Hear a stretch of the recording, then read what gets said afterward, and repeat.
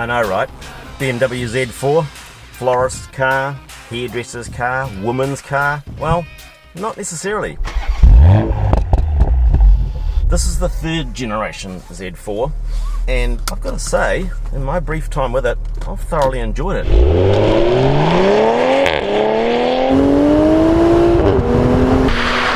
This is the brand new Z4, the M40i, and it's powered by a 3-litre straight 6 engine, turbocharged of course, develops 250 kilowatts and 500 newton meters, and that's enough to get this thing from 0 to 100 kilometers an hour in 4.5 seconds. So for the hairdresser in a hurry, this is your car.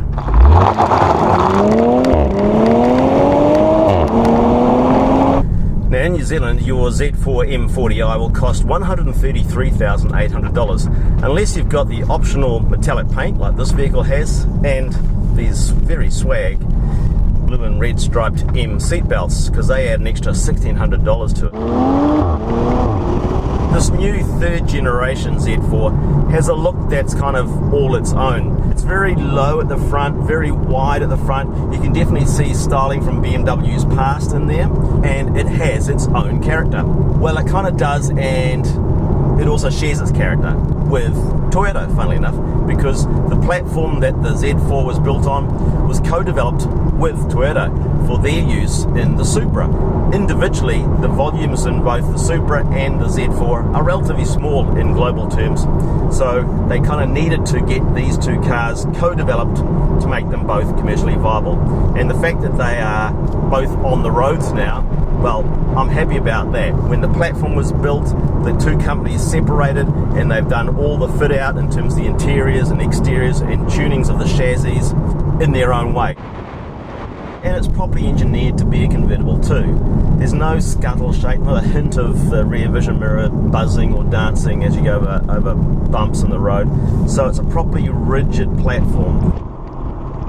Saving 50 kgs over a folding steel roof, which is important when you're looking at trying to make a sports car as sporty as possible. It's a fabric soft top in this version, and that's the only version there is now in the new Z4. It can work at speeds up to 50 kilometers an hour, and it actually completes its operation in around about 10 seconds, just under 10 seconds. It's a little bit noisier at speed than perhaps a tin top might be. There's a little bit of extra wind noise around the rear 3/4 on both sides of the hood, but at 100 or so kilometers an hour on the open road, I can still hear my wristwatch ticking away there. So there's no real acoustic downside of having a fabric roof in this instance, because it's so well insulated, and as I say, because it goes about its business so quickly and it saves 50 kgs of weight over what a folding steel roof would have been, I think it's a really good choice of BMW to go with this particular option.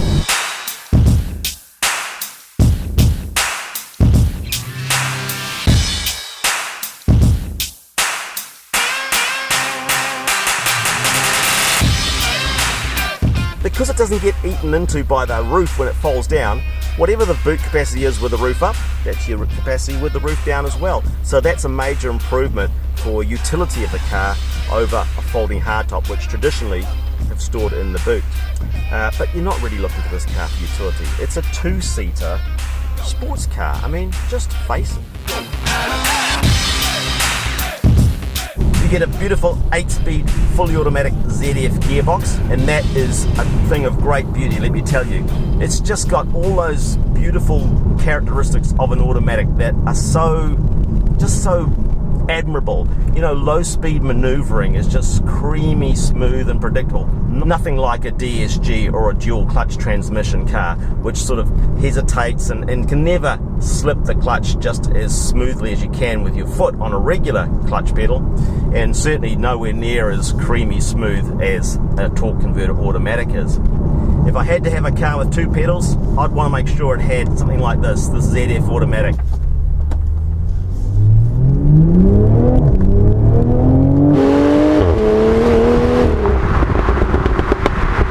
Great soundtrack, listen to that. Ooh.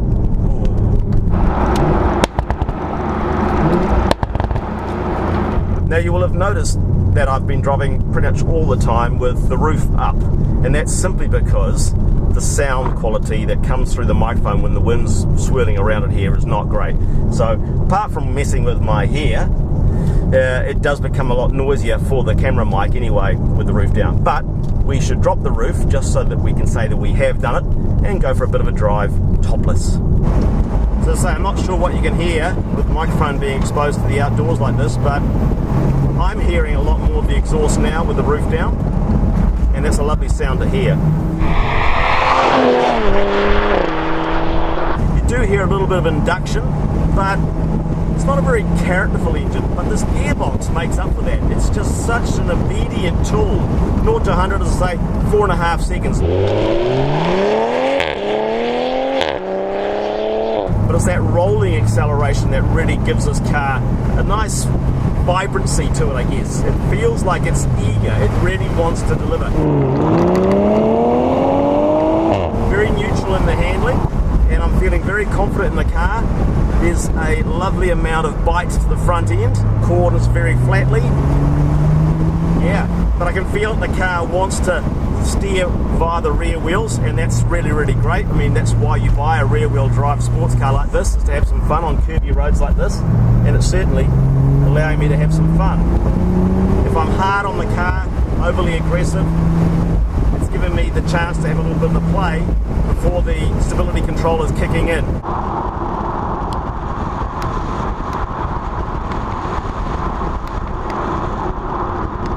Don't need that anymore. I've said it before about BMWs, and I'll say it again. I really love their steering wheels. There's something about the ratio of diameter to rim width that they just seem to get right in every single car. Also, the covering of the steering wheel, I don't know whether it's some sort of fancy leather or synthetic leather look-alike, but it just feels so nice to the touch. And you know, when you think about it, that's the only thing you're touching for the majority of the time that you're driving a car. So if you can get that right, chances are you're going to have a good time with the rest of the car as well, because it puts you in the right frame of mind. And this car, with this steering wheel, has definitely got me in the right frame of mind. Downsides. Rearward visibility, pretty hopeless, particularly in the rear three-quarter. The main downside, I guess, is other people's reaction to it, and that's a silly thing to worry about, I know, but there's no denying that people do sometimes look at you a bit sideways in this car and go, well, look at that wanker driving a BMW convertible.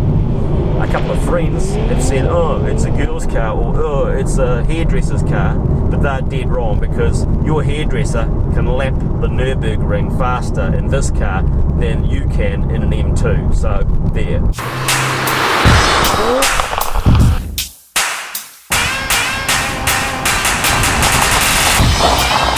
The whole thing is just really easy to spend time in. The seats are superbly comfortable. I love the fact that you can adjust the amount of grip that the side bolsters give you. Of course, they're heated, they've got lumbar support adjustment, under thigh support, memory functions, both for the driver and for the passenger.